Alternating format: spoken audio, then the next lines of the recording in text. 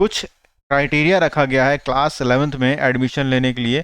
ऐसा नहीं है कि आप सिर्फ पास हुए हैं या फिर अब थोड़े ही नंबर आपके पास होने से ज़्यादा आए हैं तो आप किसी भी स्ट्रीम में किसी भी सब्जेक्ट में एडमिशन ले सकते हैं। इसके लिए उन्होंने कुछ क्राइटेरिया रखा है, आइए इस क्राइटेरिया को समझते हैं। अगर आप साइंस विथ मैथ लेना चाहते हैं तो आपके ओवरऑल परसेंटेज 55% होना चाहिए, इंग्लिश में 50%। साइंस लेने के लिए मैथ भी होना जरूरी है, जिसमें स्टैंडर्ड या बेसिक मैथ 50% होना चाहिए और साइंस 50% होना चाहिए। तो ये है साइंस विथ मैथ वालों के लिए, जो साइंस विथ मैथ लेना चाहते हैं।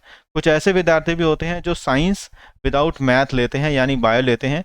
उनके लिए 55% एग्रीगेट यहाँ पर, इंग्लिश में 50%, मैथ्स में 40% और साइंस में 50%। ध्यान रहे, बेसिक मैथ और स्टैंडर्ड मैथ में कोई भी कंपैरिजन नहीं है। किसी भी मैथ में आपका ये 40% या 50% नंबर होगा, तो आपका साइंस विथ मैथ 50% वाले के लिए, साइंस विदाउट मैथ 40% वाले के लिए एडमिशन हो जाएगा। कॉमर्स विथ मैथ लेना चाहते हैं तो 50% आपको एग्रीगेट चाहिए, इंग्लिश में 45, मैथ्स में 50 और सोशल साइंस में 45%।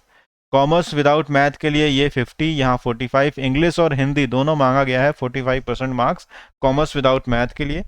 सोशल साइंस में 45% मार्क्स चाहिए। ह्यूमैनिटीज़ वालों के अपने अलग बचे हैं। जो भी बच्चे पास हो रखे हैं, डिक्लेयर पास हो गए हैं स्कूल एग्जामिनेशन सीबीएसई बोर्ड के द्वारा, वह एडमिशन ले सकते हैं ह्यूमैनिटीज़ में।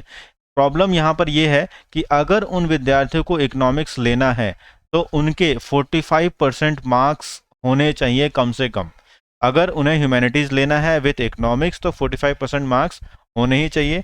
अगर ह्यूमैनिटीज़ में कोई विद्यार्थी मैथ लेना चाहता है तो उसके 50% से ज़्यादा या 50% मार्क्स मैथ में होने चाहिए। ये जो मार्क्स मैंने आपको बताए हैं, इस पे 5% का रिलैक्सेशन मिलता है अगर कोई विद्यार्थी एससी, एसटी, माइनॉरिटी और ओबीसी से बिलोंग करता है। ये ओबीसी भी उसे दिल्ली का होना जरूरी है। कोई ऐसा दिव्यांग बच्चा जिसको यहाँ पर एडमिशन लेना है, उसको भी 5% मार्क्स का रिलैक्सेशन मिलेगा सभी सब्जेक्ट्स में, जो यहाँ पर इस क्राइटेरिया में ऊपर आपको बताया गया है।